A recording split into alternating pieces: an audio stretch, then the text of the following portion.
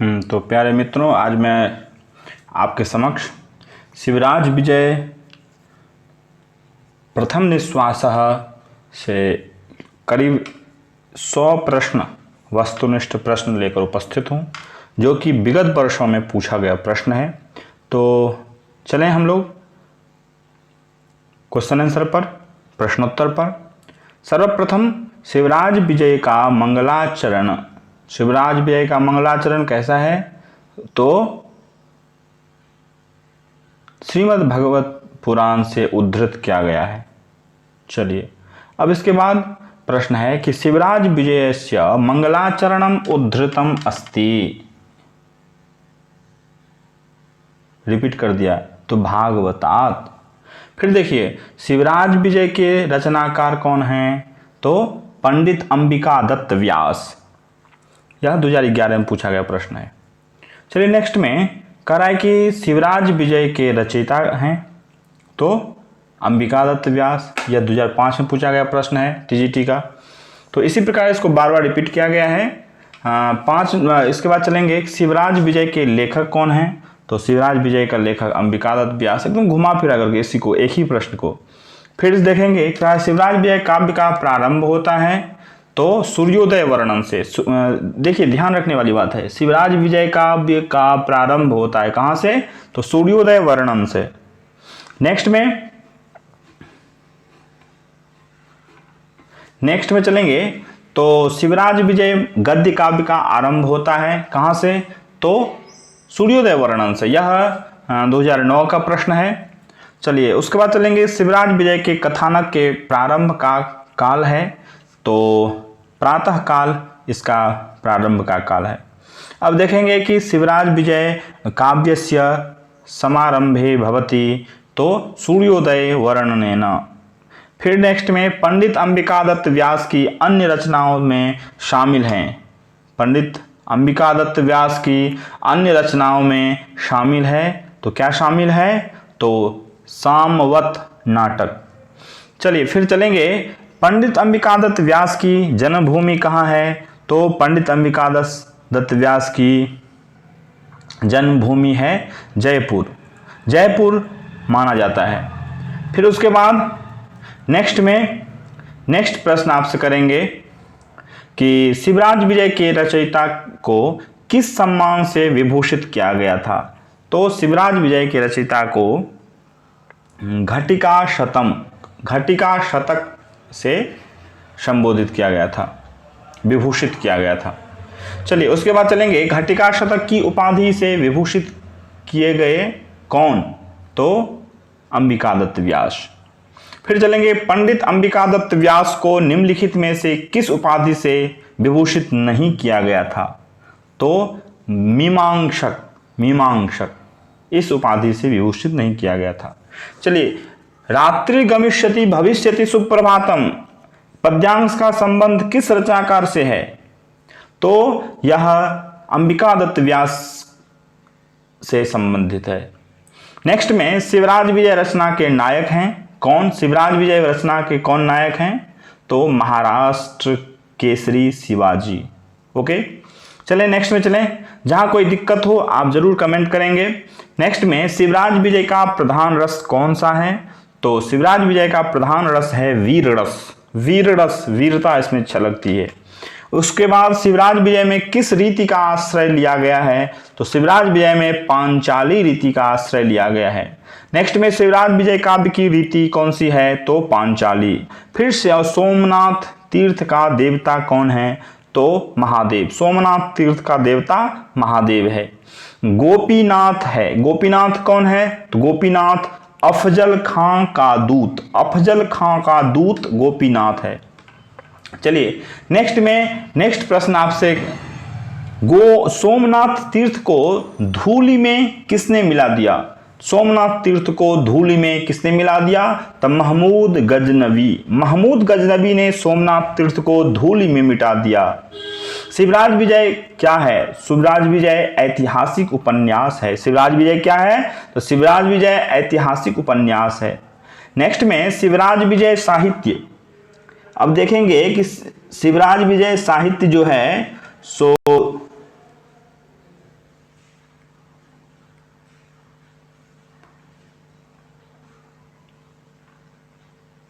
शिवराज विजय साहित्य आपका यहाँ देखिए कि क्या पूछ रहा है प्रश्न कि शिवराज विजय साहित्य की किस विधा के अंतर्गत आता है। तो यह ऐतिहासिक उपन्यास के अंतर्गत आता है। नेक्स्ट में संस्कृत साहित्य में प्रथम ऐतिहासिक उपन्यास का सौभाग्य किसे प्राप्त है। तो शिवराज विजय। शिवराज विजय किस प्रकार का काव्य है। तो शिवराज विजय ऐतिहासिक काव्य है। चलिए फिर से चलेंगे, शिवराज विजय किस श्रेणी का काव्य है। तो शिवराज विजय ऐतिहासिक उपन्यास है। एकदम कुछ भी पूछे, श्रेणी पूछे, विधा पूछे। चलिए नेक्स्ट में शिवराज विजय किस विधा में लिखा गया ग्रंथ है। तो शिवराज विजय उपन्यास विधा में लिखा गया ग्रंथ है। चलिए फिर चलेंगे हम लोग फिर कह रहा है यहां कि शिवराज विजय क्या है। तो शिवराज विजय ऐतिहासिक उपन्यास है। फिर से शिवराज विजय के रचयिता कहाँ के प्राध्यापक थे। तो शिवराज विजय के जो रचयिता हैं वह पटना के प्राध्यापक थे। अब शिवराज विजय कितने निश्वासों में विभक्त है। शिवराज विजय 12 निश्वास में विभक्त है। ओके, शिवराज विजय 12 निश्वास में विभक्त है। अब हम देखेंगे कह कि शिवराज विजय में कुल निश्वास कितने हैं। तो शिवराज विजय में कुल 12 निश्वास है। शिवराज विजय में कितने निश्वास हैं। शिवराज विजय में कुल 12 निश्वास है। फिर पूछ रहा है कि शिवराज विजय में निश्वास की संख्या क्या है। शिवराज विजय में 12 निश्वास की संख्या है। फिर से पूछ रहा है कि शिवराज विजय विभक्त है। तो शिवराज विजय निश्वासों में विभक्त है। शिवराज विजय किस में विभक्त है। तो शिवराज विजय निश्वासों में विभक्त है। अब नेक्स्ट में कि शिवराज विजय का विभाजन हुआ है। शिवराज विजय का विभाजन हुआ है तो निश्वास में विभाजन हुआ है। शिवराज विजय का विभाजन निश्वास में हुआ है। फिर शिवराज विजय की संपूर्ण कथा कितने निश्वासों में समाहित है। तो शिवराज विजय की संपूर्ण कथा कितने निश्वासों में समाहित है। नेक्स्ट में शिवराज विजय के प्रथम विराम में कितने निश्वास है। तो शिवराज विजय का जो प्रथम विराम है उसमें 4 निश्वास है। अब हम चलेंगे कि वैशा षोडश वर्ष देशीय कंबुकंठ आयत ललाट सुबाहुर्विशाल लोचन, ये विशेषण किसके लिए प्रयुक्त हुए हैं। तो यह जो है यहाँ गौर सिंह के लिए प्रयुक्त किया गया है। गौर सिंह के लिए प्रयुक्त किया गया है।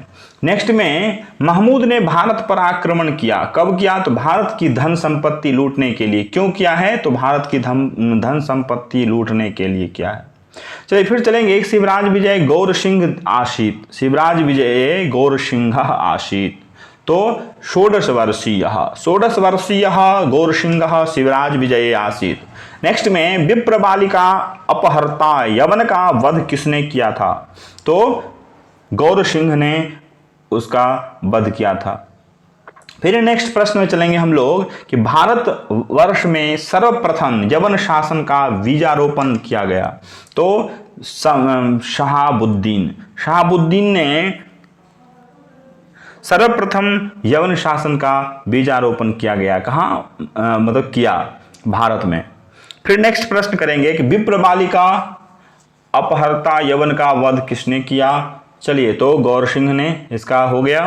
नेक्स्ट में शिवराज विजय में एक विप्र कन्या का अपहरण किया गया। तो एक यवन बालक ने एक विप्र कन्या का अपहरण किया। उसके बाद भारतवर्ष में यवन राज का बीजारोपण निम्नलिखित में किसने किया। तो शहाबुद्दीन ने। बस बार बार रिपीट हो रहा है ये सारा प्रश्न। 2013 का, 11 का, 10 का, 9 का, 5 का, 4 का, 1 का, मतलब ऐसे क्रमशः प्रश्न है यह। नेक्स्ट में शिवराज विजय में प्रयुक्त ताम्रचूड भक्षण पातकेन का अर्थ क्या है। तो इसका अर्थ है मुर्गा खाने के पाप से। शिवराज विजय में जो प्रयुक्त ताम्रचूड भक्षण पातकेन, इसका अर्थ है कि मुर्गा खाने के पाप से। चलिए, मुर्गा खाने से। नेक्स्ट में शिवराज विजय के संबंध में क्या सही नहीं है?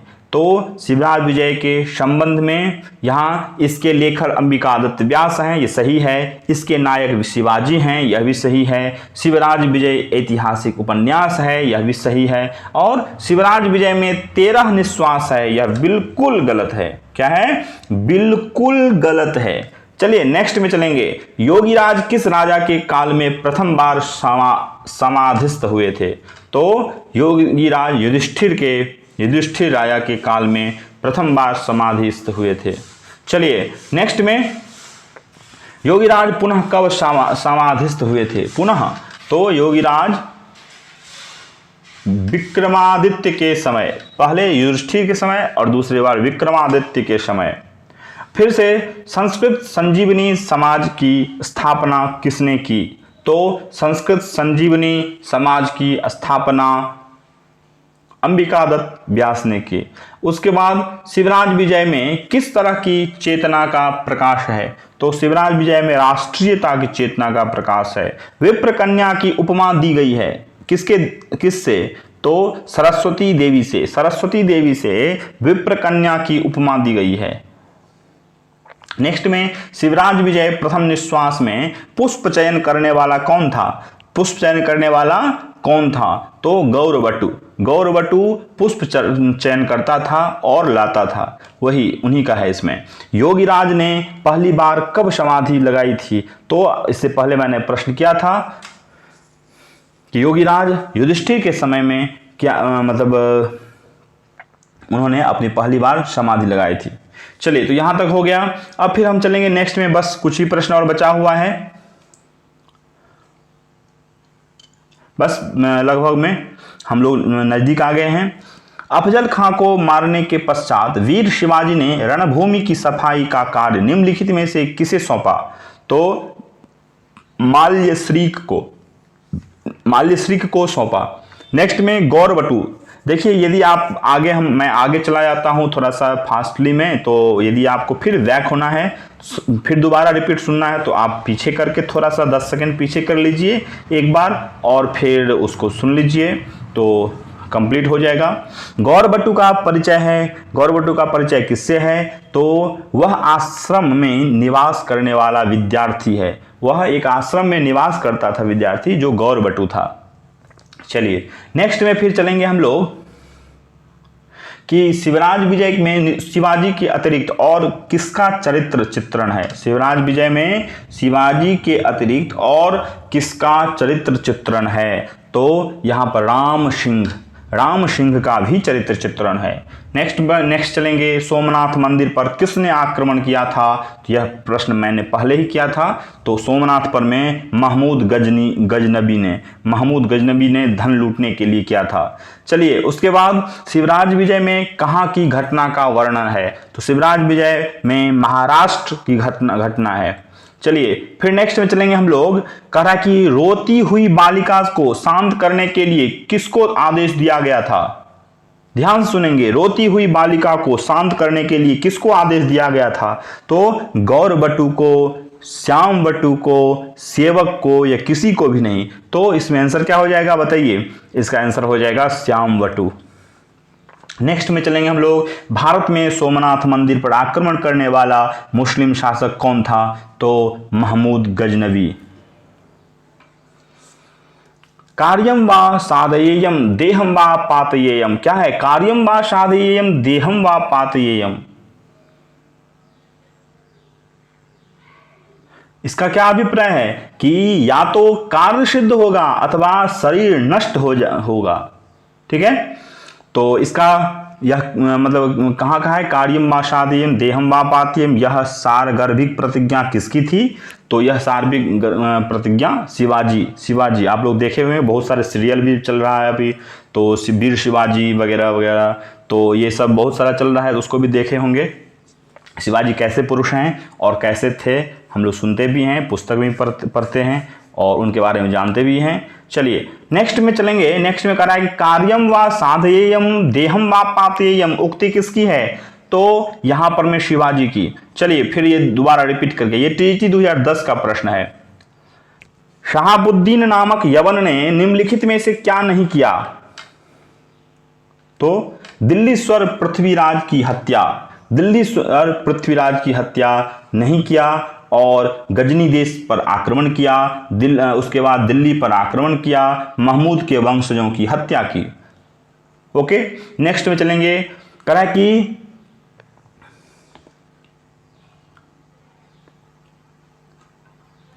सत्यम न लक्षितो मया समय वेगः, यह कथन किसका है? तो यह कथन योगीराज का है, यह कथन योगीराज का है। चलिए, तो यहां तक प्रायः प्रश्न हुआ और आगे थोड़ा सा और बचा हुआ है। तो नेक्स्ट प्रश्न में चलेंगे। कहा कि पवित्र भारत के पराधीन होने का कारण था। पवित्र भारत जो है इसका पराधीन होने का क्या कारण था? तो इसका कारण था कि पृथ्वीराज चौहान और जयचंद्र की आपसी फूट, इन्होंने आपसी मतलब दोनों आपसी फूट कर लिए, जिसके कारण भारत के पराधीन पवित्र भारत के पराधीन होने का कारण बना। नेक्स्ट में ब्रह्मचारी बालकों ने पहाड़ से उतरकर आने वाले योगी से प्रार्थना की, अपने आश्रम में आने की, मतलब अपने आश्रम में आने के लिए उन्होंने प्रार्थना किया उनसे। चलिए, शिवराज विजय में कान्यकुब्ज के राजा हैं। कान्यकुब्ज के राजा हैं कौन? तो जयचंद्र कान्यकुब्ज के राजा हैं। किसमें? तो शिवराज विजय में। चलिए नेक्स्ट में चलेंगे हम लोग। कहा कि शिवराज विजय अवलंबो रोल कदम्बस्य कह, तो इसका हो जाएगा आपका सूर्य। चलिए, महमूद गजनबी की राजधानी सिंधु नदी पार करके कौन सी थी? तो यह टीजीटी 2004 का है, इसका गजनी महमूद गजनबी की राजधानी सिंधु नदी पार करके गजनी थी। चलिए उसके बाद चलेंगे। कहा कि दंभोली शब्द का अर्थ है। दंभोली शब्द का क्या अर्थ है? तो वज्र। दंभोली किसको कहते हैं? वज्र को दंभोली कहते हैं। आगे चलें। महमूद निवासी था। महमूद कहां का निवासी था? तो गजनी का निवासी था। और वहां पर मैंने कहा गजनी राजधानी। हाँ, चलिए फिर आगे चलेंगे। आगे कह रहा है कि इनह से तात्पर्य है। इनह से तात्पर्य क्या है? तो इनह से तात्पर्य है स्वामी। पुटकम से क्या तात्पर्य है? तो दोना। पतत्री मीन्स पक्षी। निर्झर किसको कहते हैं? झरना को। पतंग सूर्य अथवा पक्षी। अली किसको कहा गया है? तो भौड़ा को। वृदानी किसको कहा गया है? तो समूह को। सांद्र किसको कहा गया है? तो घनी को। तो यहां तक कुछ हुआ। उसके बाद और कुछ प्रश्न बचा हुआ है। नेदीयसी का अर्थ क्या होता है? नेदीयसी का अर्थ अत्यंत समीप में नेदीयसी का अर्थ होता है। चलिए नेक्स्ट चलेंगे। चंद्रहास का अर्थ है। चंद्रहास का अर्थ क्या है? चंद्रहास का अर्थ है तलवार चंद्रहास को कहते हैं। यही चंद्रहास उस शिवाजी धारण करते थे। चलिए अब हम नेक्स्ट में चलेंगे। यायजुक शब्द का क्या अर्थ है? तो यायजुक शब्द का अर्थ होता है यज्ञशील। यायजुक का अर्थ होता है यज्ञशील। चलिए सतीर्थ का अर्थ क्या होता है? सतीर्थ का सहपाठी। सतीर्थ किसको कहते हैं? सहपाठी को कहते हैं। तो प्रायः कुछ शब्दार्थ बता दूं। तत्तीर्थस्य मतलब सोमदेव का तीर्थ। कपाटानी किवारों को। स्तंभान खंभों को कहा जाता है। गृहावग्रणी देहली को। भित्ति दीवारों को कहा जाता है। बल्ली या छज्जा को। बिटंकानी कबूतरों के दरबों को। चलिए तो ये कुछ ऐसे शब्द हैं, बहुत सारे शब्द हैं। तो प्रायः इसी प्रकार शिवराज विजय जो है, शिवराज विजय का प्रथम निश्वास, उससे बहुत सारा प्रश्न हम लोगों ने देखा। और इसको जरूर एक बार, दो बार, तीन बार, चार बार, अधिक से अधिक, क्योंकि समय बहुत कम है हमारे पास। और समय बहुत कम होने के कारण थोड़ा सा हमें कंसस होना चाहिए। और बस 7 तारीख को ही एग्ज़ाम है, तो 7 तारीख को एग्ज़ाम है, इसीलिए हम लोग बस 4 से 5 दिन बचा हुआ है। जो पढ़ रहे हैं आप पढ़िए, लेकिन सोते समय, उठते समय, बैठते समय आप इसको या तो डाउनलोड कर लीजिए, या जैसे हो सके आप इसके माध्यम से अच्छा से तैयार कीजिए। मुझे ये नहीं है कि मेरा व्यू बढ़े, मेरा सब्सक्राइबर बढ़े, इससे नहीं है कुछ मतलब। मुझे मतलब क्या है, तो आपको मटेरियल मिले, आप समझ सकें और आपको विगत वर्ष का क्वेश्चन मिले, बस यही है, आप सफल हों, बस यही मेरा उद्देश्य है। इसीलिए मैं प्रयास कर रहा हूँ। धन्यवाद। पुनः मिलामः।